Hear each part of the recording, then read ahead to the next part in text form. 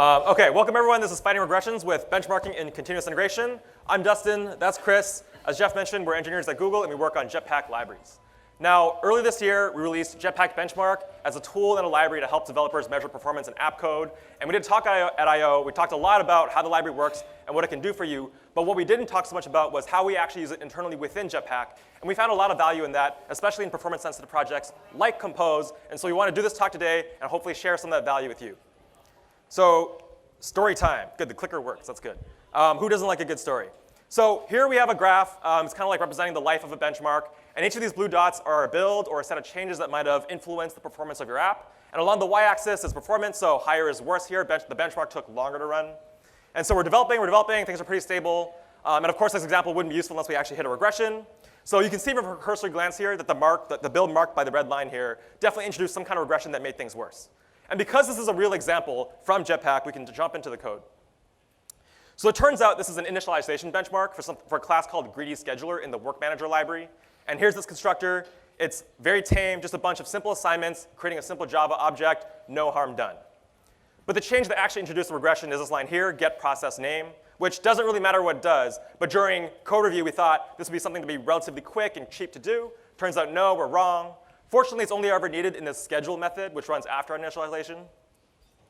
So we're happy to take this line here, move it down, make it lazy, problem solved. Yay. Now, the key takeaway here that I really want to pass down, though, is that hindsight's 20/20, and regressions are really rarely this obvious. I think as developers, what we tend to do is we neglect performance. There's that old saying of being aware of premature optimizations. And there's some truth to that. But what happens more often than not is that we neglect performance completely. And you'll get maybe like some feedback, user feedback from dog fooding, and they'll let you know that a key interaction or some core functionality in your app is janky, it's slow. You'll break out all your profiling tools. You have to dig through thousands and thousands and thousands of lines of changes. And that's just painful and stressful because you're probably doing it right before release as well. Compare that to the example we just saw earlier. Maintaining performance is much, much easier. And running benchmarks after every change has helped us scope the work and has really helped us within Jetpack. And the other takeaway that I really want to pass down here is not only do we alert on regressions, but we actually also alert on improvements. We want to validate our improvements by checking in benchmarks first. It's going to allow us to measure the impact of our changes. Did we really fix what we set out to do? And was the development time that we spent doing it worth it? It's also useful when we're learning from unexpected improvements. Sometimes you're refactoring a core piece of your app, and things suddenly get better throughout your app. You're like, wow, this is amazing. We should do this everywhere else within our app. And alerting our improvements is going to alert you to that. And this is probably the most important thing, but refactoring can make benchmarks obsolete. Like, benchmarks are code, and you have to maintain that code. When you refactor things within your app, benchmarks will just suddenly become trivially fast because they're no longer measuring what you thought they would. So alerting on improvements is also a way of making sure that your benchmarks are continuing to work. So that's a bit about benchmarks. But I want to go over kind of the performance toolkit, because that's not the only tool that's available to you as developers. At a high level, they kind of fit into a few categories. And so I just want to gloss over that and see where benchmarks kind of fit in their role. So the first thing is local profiling. And these are the tools that you're going to use to measure your app locally within your development environment to investigate a problem. They're going to take advantage of things like debuggability, which are going to give you much more detailed diagnostics about what's going on. And some examples are like Systrace and method profiling pictured there. And it's a manual process because you're doing this locally, which is not necessarily a bad thing. But if we want a metric that we can measure and monitor to maintain our app over time, we're going to look a little further. So what about analytics? Seems like a pretty normal transition here. So these are like performance metrics from real users, of course. And they're relatively easy to set up and monitor. And I know a lot of people working in analytics are probably like rolling their eyes right now. But given an existing analytics setup, which most apps have, adding an additional metric usually isn't that much more of a development effort. So that's kind of nice.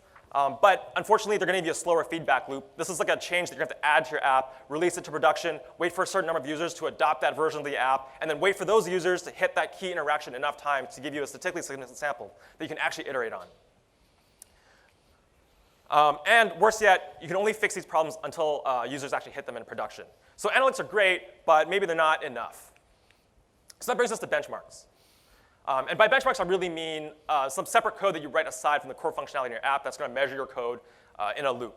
And we kind of think of them as like the performance analogy of correctness tests. And that's a very like hand-wavy thing because correctness tests give you this pass-fail signal. It either passes or it doesn't pass. And when it fails, it tells you that something's wrong in your app. And a benchmark gives you a value from like 1 to however long it actually took to run. And you have to compare it to some baseline and make some judgment call on how you're going to interpret that number. But like correctness tests, benchmarks are the separate piece of code and this infrastructure that we invest in order to maintain quality within our app. They're going to allow us to iterate on our improvements and changes in the app for performance. We can run the benchmark, make a change, run the benchmark again, and see what improved or regressed and by how much. And this is something we can actually monitor, and it's going to allow us to fix regressions before they hit our users in production. But there's a higher development cost. Like I said earlier, it's something that you have to maintain and actually invest in. So how we actually use these things might seem something like, here's a workflow of what we do within Jetpack. We'll identify the critical code paths with tools within local profiling. We'll fix these regressions and maintain performance with benchmarks. And we're going to validate these improvements in production with analytics. So I just want to go over some of the tools within local profiling that are available to you. I think a lot of people are kind of like scared of them, and there's a lot of them out there. But here's just a few. So here's Systrace. Or I guess it's called Android System Trace, but everyone calls it, all the cool people call it Systrace. And what it is basically just a measurement, a recording of all the start and end times of all the function calls and which threads they ran in. And so on the left are the thread names, and on the right we have function calls, so each block is like a function call on some timeline. And you can actually select a bunch of these, and it'll give you a bunch of information about like how many times this function ran and what the average time was and how much total time it took. So this is a great way to identify the critical code paths. You can record a systrace for some key functionality in your app and figure out what the bottlenecks are so you can target your benchmarks toward that. It's got a low overhead, so the numbers you get are going to be relatively accurate. And it works without debuggable, which is really important for benchmarks, as you don't really want to be looking at performance changes that are going to be optimized away by switching to that release build, things like R8, for example, anyway. And it's actually bundled with the SDK, if you don't know this already. So everybody already has this installed and work already. So how do you actually use this thing? So you have to do a little bit of configuration. I kind of lied a little bit. It normally does require debuggability. But as I mentioned earlier, debuggability affects benchmarks. So what you can do is there's this profilable flag as a queue, and it goes in your Android manifest. And what it does is basically allows your app to opt in to all the security checkboxes it needs in order to allow Systrace to do its job without actually being debuggable. And that's this line right here, profilable Android shell equals true. So you just add that in manifest and you're good to go. So how do you actually use the tool? There's two main ways that it's surfaced. So the first is the CLI tool in the SDK, and that's in that path there, Android SDK platform tool Systrace. And it requires Python, and this is just the basic command, but there's a whole ton of different options that you can actually add or apply to this tool, and that's available. And you can find documentation on developer.android.com. But the other way, if you're afraid of Python or you don't like Python, you don't like CLI tools for whatever reason, there's also a system tracing app, and that's available in API 28+, and so that's under like developer options, and then I think under debugging, there's a thing for system tracing that'll open up this app here, and there's a toggle for when you can start and stop recording a trace. But because it's an app on the device, it's going to save the trace on device, so you have to pull the trace file onto your computer to actually look at it using ADB, for example. So there's also a bunch of profiling tools. And these are the kind of things that are going to require debuggability. So they're a bit less accurate, but they're going to give you a lot more detail. There's a whole bunch of these bundled within Android Studio, actually. So this is just a few screenshots. I'm just going to show you what tools are kind of available at a high level. And there's no way I could ever talk about all of them. But for example, there's some stuff on CPU usage, memory usage, network I/O, even battery life. And you can click into each one of these, and it'll give you a lot. Give you a lot more tools within that profiler to work with. So this is just a screenshot of the CPU profiler doing some method sampling. And so there's a whole bunch of information here, and a whole bunch of different ways to visualize that information. And like I said, I could never talk about all of these, but there's a talk that was done at ADS this year called Demystifying the Data in Android Studio Profilers, which was done 3 weeks ago. So it's still very pertinent, and they go much more in depth into what all these tools do and what they afford you. But this talk is about benchmarks. So how do you actually write a benchmark? Well, our solution to that is Jetpack Benchmark. It's a library released earlier this year, as I mentioned. And that was Alpha 1. Now I think we're RC. OK, so hopefully going stable soon, but RC. But it's a test library, so whatever. Doesn't matter if it's alpha. You should use it anyway. Chris is looking at me with dagger eyes. OK, so here we have a simple Android instrumented test. We'll call it simple benchmark. And there's some work that we want to measure. We don't really know what it does. It doesn't really matter. It's just something interesting to us. And so Jetpack Benchmark gives us this benchmark rule. And we simply take the code that we want to measure, wrap it in this measure repeated loop, and the library is going to handle looping over the code over and over again until it's confident it has a stable result. So that's nice. And because this is an instrument test, we can also run it directly in the IDE, and we get our results right there. So that's also nice. Now, this all seems relatively simple. Why have a whole library around it? Well, we've got a bunch of baked-in tricks for stability. We're going to handle things like CPU throttling, warm-up for JIT, thread priority for you, and there's just a few examples. We've got a bunch of baked-in checks for configuration checks to make sure you're running as close to release environment as possible. And because we're Googlers, we get to work directly with the studio team, so we got a bunch of tight-knit integration with them to help you iterate faster on your benchmarks. So we just released this library this year, so there's a bunch more things that we want to do. So there's a few constraints. There's only certain things, certain use cases that we support right now, and we're looking to expand that further. But for example, we can only support synchronous chunks of code right now, and that really helps with like thread scheduling and clocks. Allows us to make a few assumptions about that and makes that case simpler to deal with stability issues. We only support hot code paths. And by this, I mean like code that runs over and over again in your app, like RecyclerView scrolling.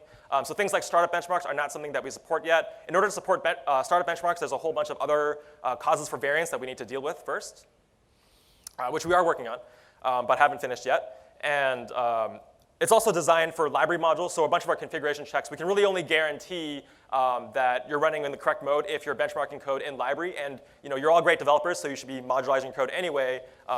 So there it is. We've designed it for library modules. And now that's a bit about how to write benchmarks, and Chris is going to tell us about how we can find some things to benchmark. OK, so Dustin talked about what the benchmark library is and how you start writing code for it. But really, that's not the place that you start. You start thinking, what do I want to benchmark out of the gate? So the first thing that we think of as Android developers is the critical interactions that my user makes with my app, those need to be fast. I want to prevent those things from being slow. And so those things could be like scrolling your primary recycler view. That needs to be jank-free. That needs to be smooth. If you're a camera app or do some sort of image processing, that's a really good candidate for benchmarking, because if that gets twice as slow, that's a big deal. Database queries are another great thing that you can benchmark, and it's a part of many apps.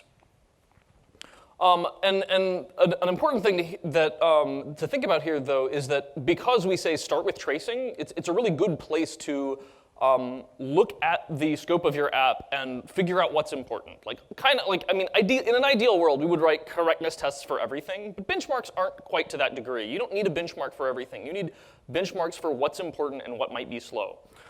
So you take that trace for a high-level view, and that's a really good way to get started. And you might find something interesting there, like, oh, I'm taking 0.7 milliseconds to parse this network response, whereas like maybe if I switched libraries or if I did a whole bunch of like re-architecting of these responses and switched to compression, whatever, it could be 0.2 milliseconds. Great, and those are optimizations that you should make, but also consider maybe it takes 80 milliseconds to display the response of that network as a list in the UI because of all of the view inflation and data and binding and layout work that the UI has to do. So just keep that in mind while you're picking your benchmarks. So in addition, though, not everything is going to be able to be faster. Fundamentally, like, it's nice to be able to optimize, but sometimes the correct solution is instead to prefetch resources or to make operations asynchronous. One good example of this is asynchronous text layout, as supported by AppCompat text view, that will let you, in a recycler view, start layout early so that it doesn't block the main thread.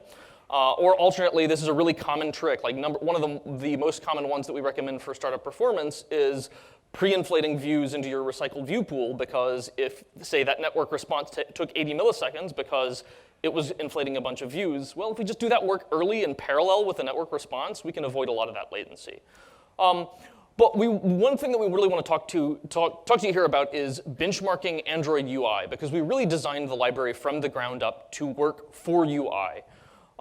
Because UI is performance critical. It is the thing in front of your users at all times, and it needs to be fast. Stutters and lag create unhappy users, and UI is relatively complex code. Like, there's a lot of UI in apps. It's significant amounts of code, and it is very sensitive to an additional millisecond here or there. Today we're going to focus on RecyclerView because it's a really great candidate. It's pretty straightforward to measure, and it's also a lot of the use cases that you care about. So in an ideal world, RecyclerView would always be smooth, right? Like, so let's imagine here time going to the right. We have frame boundaries, 1/60th of a second is in between each of these. And we'd like to see frames that, finish early before the deadline and are smooth and continuous. But in a real world, that's not really how RecyclerView works. Consistent and deadlines met are the goals here, but in actuality, you'll see something like this. RecyclerView has very long frames intermixed with very short ones. It's inconsistent, and those long frames are a risk of stutters and jank for your users. So let's take a look at exactly why this is. So let's say that I have my app, and when I scroll it, I take a trace. Try to figure out why are those frames long? Well, as we scroll, we get a lot of smooth frames, lots of stuff that's fast, and then, oh wait, right there in the middle, there's a long frame. Well, what happened? Well, that frame happened because an item came on screen for the first time. An item had to be potentially inflated, it had to be bound, created. So let's dig into exactly what has to happen here. So when RecyclerView shows a new screen, a new item on its screen, it's performing the recycling that it's named for. So the operations that it might have to perform there are detaching the old view from the view hierarchy, binding it, that's things like set text, set image, attaching that to the view hierarchy, performing layout, and then performing draw. Altogether, these things can add up to be significant. However, those offset frames, those little tiny slivers, they basically don't matter much. In all that we're doing is calling a bunch of setters on the views to say, offset your graphics a little bit, and that's all that happens. These frames aren't really important, and they're not, and they just take up a lot of the visual space in a trace. So when you look at the full scope of what RecyclerView is doing here, we've got a bunch of intermixed fast and slow frames. We really only care about the slow ones, though. That's where we're risking stutters, and that's what we really want to measure. So how do we make these consistent?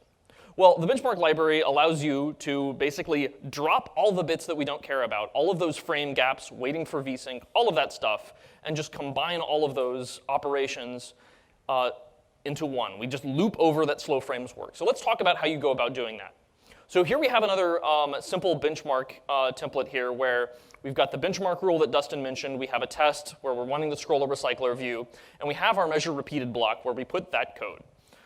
So first what we're going to do, we're writing a test for a RecyclerView. So this is a regular instrumented test. We use an activity test rule because we're going to need an activity for this. We want to run this on the UI thread because this is touching UI. And let's just grab a reference to that RecyclerView. And now we're pretty good to go. All that we need to do is scroll that RecyclerView as part of the loop. But how far do we scroll it? We want to scroll by exactly one view. If we scroll by the height of the last visible view, that guarantees that the next view will come on screen. So what we can do is we can query the height of the last item as it's attached to RecyclerView and scroll by that. And then fundamentally, we've done the benchmark. That's a benchmark that'll work right out of the box. Now, the one thing that we didn't talk about here, though, is that this RecyclerView needs data. So let's talk about how we'd set it up. So in our setup block, we'll take a reference to the activity, and we'll do a couple of tricks here. First of all, we will force the layout parameters of that RecyclerView to be 1 pixel tall. And what that does is that's a nice little way to ensure that the RecyclerView only ever has one child at a time. If you remember before, I mentioned that detach is potentially a thing that happens each frame.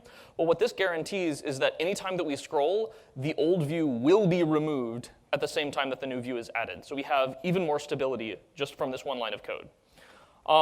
Additionally, we're using list adapter in this particular case. If you call submit list null and then submit list your actual data, it'll basically bypass the asynchronous diffutil, the diffing that happens on a background thread, so we can just force that to happen all at once so that the data is immediately ready. Great, so we put some fake items inside of our RecyclerView, and now we're great. Now this will run and it will measure the performance of our RecyclerView. Now we just need to put that on the UI thread, and we're good to go. Now, we run this, though, and immediately we see, oh, wait a second, the results aren't realistic. Well, we expected 5 milliseconds, because that's kind of what we were seeing in the trace, but instead we observe 1. So what's wrong? What's happening here? So this is about what you'd expect to see during a RecyclerView scroll of, say, a pretty text-heavy item.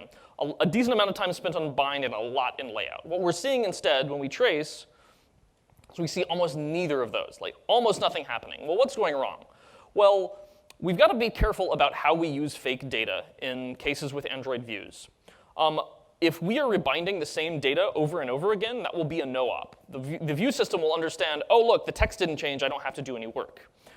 This affects not just binding, and it won't just skip layout, but even if you reuse individual words as part of text view, then the system will cache the results of laying out each individual word. So you have to be pretty careful about that. But what you can do is you can use alternating data, or in the case of text view, randomized data, in order to ensure that you get consistent and realistic measurements out of that. So instead of, say, my fake data just always having the same label, fake label, probably not a great benchmark, instead what I can do is I can just say, oh, okay, well I know in production that we have about 50 words here. So let me just put 50 random words here.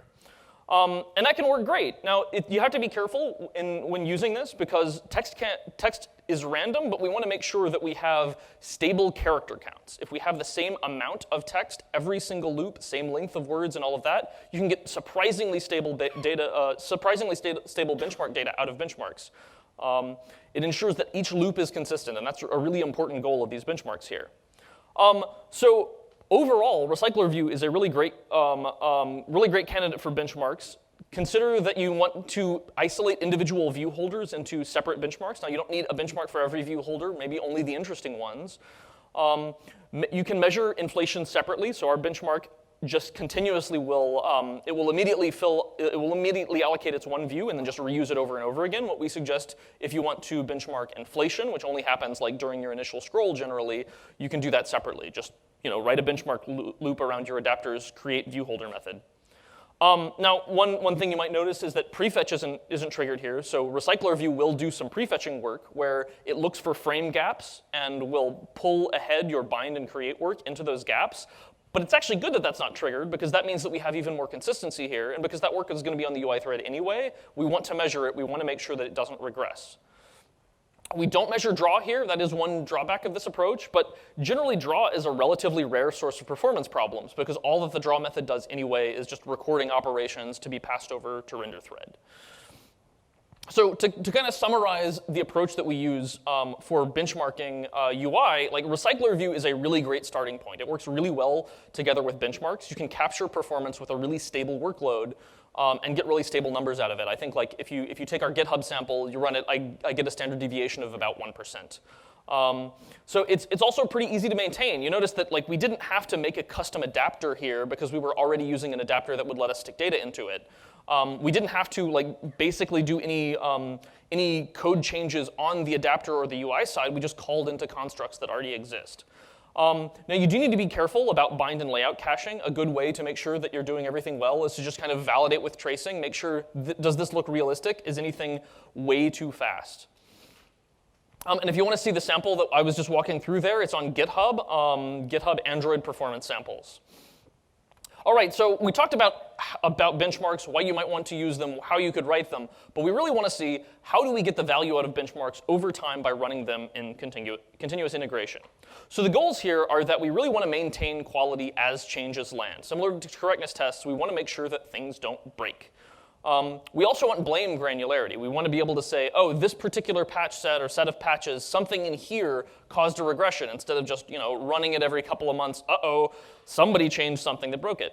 And we want to reuse as much correctness test infrastructure as possible. And that's really why the library is designed from the ground up to share all of the instrumentation test infrastructure that you're already familiar with. You want to test an activity, use activity test rule. You want to run on the UI thread, annotations for that. You use parameterized tests, all of that stuff. So let's talk about correctness tests here for a second, though, and talk about what we really want to achieve. So this is a screenshot of the Jetpack correctness dashboard, and like nothing particularly special here, but I think the important thing to notice is that we have about 20,000 tests running continuously for every build, but we're able to combine many dozens of the outputs of many dozens of libraries together to the point where we only see a relatively small amount of information. We just tell the user who's looking at the dashboard, this is what's important. And the key thing that we can do here is we can say, well, we can collapse things hierarchically, because if something is all failing, all passing, then great, I don't care about it. Just drop all the passes, and now we see in just a few lines of text, okay, there are just 2 failing tests in the entire suite. That's great. People are pretty familiar with correctness testing dashboards. But how do we get there with benchmarks? So benchmarks, as Dustin mentioned, output a scalar value. They output some arbitrary number, and the test dashboard really wants to have pass-fail signals. So how can we get benchmarks into that world of a pass or a fail signal? So what if we just go ahead and map all the data? We have a lot fewer benchmarks than we do correctness tests, so maybe the patterns will be pretty obvious. And if you look here, like this is all the benchmarks from Jetpack, a few hundred of them. And you can see that a lot of these lines are fairly stable. There's a little bit of difference here, but because these are some giant room benchmarks running at the same time as teensy tiny little measurements of allocating tiny objects, that we really can't see all of the data at once. So let's normalize it, and maybe the patterns will come out obviously. No, not at all. Oh my goodness, this is garbage. Like this is visually unparsable. And what's happening here is that all of these individual random spikes, like say maybe 1 or 2 benchmarks will have a bad day and run very slowly, and that takes all of your visual attention. And there are lots of stable benchmarks, there are lots of valid regressions and improvements in this graph, but you can't see any of it because of all of the noise. So we've got to find a way to programmatically deal with this. So how do we detect regressions? How do we use that input and figure out when a problem happened? So when you're setting up the benchmarks, so when you're setting up the benchmarks to have a regression detection, a pretty standard and simple way to do this is to say, well, what if we use a percentage-based regression threshold? We say if we fail, if the benchmark goes up by more than 20%, that's a failure. So here's a sample where a regression happened. We got 88% regression. That's a big deal. We should alert on that. We should tell the test owner about it. And then later on, we had a dip. We had an improvement of 13% and then an improvement of 12%. Now, there probably wasn't actually a couple of patches that changed something and reverted in those 2 builds. It's just a little bit of noise, and that's fine. That's understandable. And what's great here is that our rule of 20% works great. Regression was caught, but the fluke was ignored. However, in practice, data doesn't always look like this. So here's another example of a benchmark that runs very, very stably that then ends up regressing by 15%. Now, this may be an incredibly core component of your app. 15% might be a really big deal, but we don't catch that if it's under 20% with our rule. And then another thing that you might have seen earlier in the previous graph is that we see spikes a lot of the time, where a fluke will look like a regression, 115%. Increase in time and then revert and then immediately back down. Now that wasn't a terrible patch and a revert. That's just because the device that we were testing on had some sort of fluke of an issue, and then everything was fine after that. Maybe there was some sort of contention. Maybe every app on the system is updating all at once. Who knows? And but for some reason it got way worse. But it's not a real regression. So the core problem here is that variance is inconsistent between benchmarks. It's very hard to come up with a rule that will detect regressions well across any suite of settings. And percentage-based thresholds don't really scale because they will trigger false alerts and they will miss real regressions. And then fundamentally, interference spikes are a fact of life. So here are 3 different suites of benchmarks. I think it was like RecyclerView, ads identifier, and like navigation or something. They're just all completely unrelated, don't really share any of their code in the benchmark path, but just because they were all running sequentially on the same device, they all had the same interference, and you can see that very clearly visually. Now, we are working to try and improve that, and there are a lot of tricks that we have to reduce the frequency at which that happens, but today that's a fact of life. We need to deal with this in CI. So our requirements then are that we need to handle temporary instability. We don't want to have to manually tune per benchmark because, oh my goodness, that is not fun. And we really want accuracy. We want to find those regressions if visually they look like regressions. So our approach to this problem, first we will phrase this as like a hypothesis test. Basically, do we think, given the assumption that there is a regression here, let's look for proof of that. So if we look at this visually, two things are pretty obvious. One is that if there's a performance gap before and after, then that is a pretty clear indication that there is a regression. However, if there's variance before or if there's variance after, then that reduces our confidence that there is a regression there. The more variance there is, the more likely that perf gap is just noise that we're just happening to catch. So we call our approach step fit, and we basically just do literally that. We take the performance gap, we divide it by the local variance, and that is our confidence number that we test against. If you'd like to learn more about this, we blogged about this relatively recently, and you can look at that up from our website that we link at the end, from the library documentation page. So step fit allows us to avoid false positives from one-off slow runs. Because we look at multiple pieces of data, not just the build before and the build now, we are able to look at variance and look at how much we trust, is this a real regression?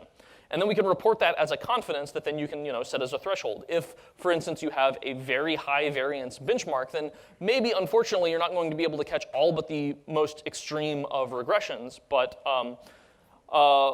you can get there. So let's go through a quick visual of what that looks like. So as we are going through individual samples here, we're scrolling, and we see here visually, oh, this looks like a regression coming up. Now, because we don't have the confidence until this particular point, we are able to recognize, oh, the regression happened at this build and catch it correctly. We weren't tricked by that one spike of a build because we are looking at scope. So one other approach that you can do here to capture a lot of the same is to use sampling, to use multi-sampling in order to avoid that instability issue. So if you drop the outliers, you can make regressions clearer. That way, you drop one of the runs that spiked, and you have maybe 3 more that didn't. And that way you can only look at before versus after. And that's a totally valid way to approach it. It's just that you have to consider that your device cost is scaled up because of that. So now, Dustin? Okay, so that's how we can detect regressions, but where do we actually run them in CI? Oh, that's a 5-minute warning. Okay, it's gonna go faster. So we really 10 minutes? Okay, so we really recommend using physical devices, and that's because emulators don't emulate real-world performance. Emulators kind of run on different hardware with completely different constraints and different bottlenecks, and so you don't want to be misled in making trade-offs that are only useful for emulators and not in the real world. You also want to iterate on benchmarks on the same device and version. And benchmarks are kind of like this measurement on a device. So if you compare, you can't really compare measurements between different devices because if a certain device is faster than another, then those numbers are completely incomparable. And it's really important to be on the same OS version as well because there's always improvements to the Android runtime that's actually going to optimize your code as well. And ideally, your device supports sustained performance mode. And sustained performance mode is this thing that was introduced for virtual reality and high-performance games that need to always be running as fast as possible for a long period of time. And what it does is basically it locks your clocks to some certain speed that it knows that it can run at that speed for a long period of time. And this turns out to be something that's really great for benchmarking because it prevents CPU throttling. It's only available in API 24+, and it's only supported on some devices, so you need some way to check for that. Now, fortunately, there's an API on the Power Manager System Service, which allows you to do this. And if you don't have a bunch of different devices to check, you can leverage external device labs, such as Firebase Test Lab. So what does that check actually look like? So here's an example instrumented test. And we're going to get a reference to our target context. We're going to get a handle to our Power Manager System Service. And then there's this API call, is sustained performance mode supported on Power Manager? And we can just assert that's true, and this is just a simple test that will only pass if the device supports sustained performance mode. So in Firebase Test Lab, there's this device matrix thing where you can scroll through and find a whole bunch of different devices that are available in the cloud that you can check out. And this is a constantly updating list, but there's a whole bunch of them, and they're separated by OS version.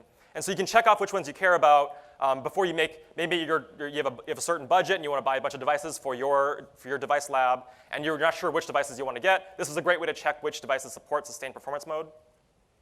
And you can run it, and it'll give you this test matrix, which is an output of a list of devices that actually passed or succeeded for that test. So you found a regression. How do you actually triage this thing? So for us, we really believe that this is a fundamentally manual process. Regressions could be intentional. Maybe you purposely made a performance trade-off to get additional functionality within your app. And there's always new sources of noise and instability. And Chris kind of talked about this, but it's kind of like a fact of life. There's always some weird edge case where the orientation of the Earth in the solar system was in just the wrong way, such that I don't know, some signal interference, and then who knows, and only on Wednesdays or something. But there's always some new thing that will surprise you, and it'll be a source of instability and noise. So we have to take care of that. So we have our triage cop, and it's a rotating responsibility. And their job is basically to differentiate between infrastructure errors, unstable benchmarks, and actual real regressions. And when they find one, they're going to file a bug and assign it to whoever owns that code. So that's about our triage process. In summary, the workflow looks, a sample workflow might look something like this. If there's a problem, start with local profiling. Profiling shows you what's wrong, what your critical code paths are, and then use benchmarks to iterate quickly on a solution to improve that performance. And then after you've optimized, consider monitoring that performance over time. Use analytics and benchmarks for this, and those are some great tools. And within CI, really recommend running on real devices, not emulators. Don't benchmark on emulators. It doesn't work. And our Jetpack Benchmark actually outputs a full report in this JSON format, and it's got a bunch of context information on like what device it ran in and how fast the device is running. And so that's really useful if you want to validate how things are working within CI. And use the step fit algorithm that Chris was talking about to detect regressions. And the code for that is actually available online. Where online? On dataandroid.com/benchmark. It's got documentation for the library itself. It's got a guide on getting up and running with CI. It's got samples on GitHub. And it's got a blog post deep diving into regression detection and the step fit algorithm, which also has the actual code you can copy paste into your CI, and a little sandbox we can play to help understand the algorithm. So that's it from us. Thank you.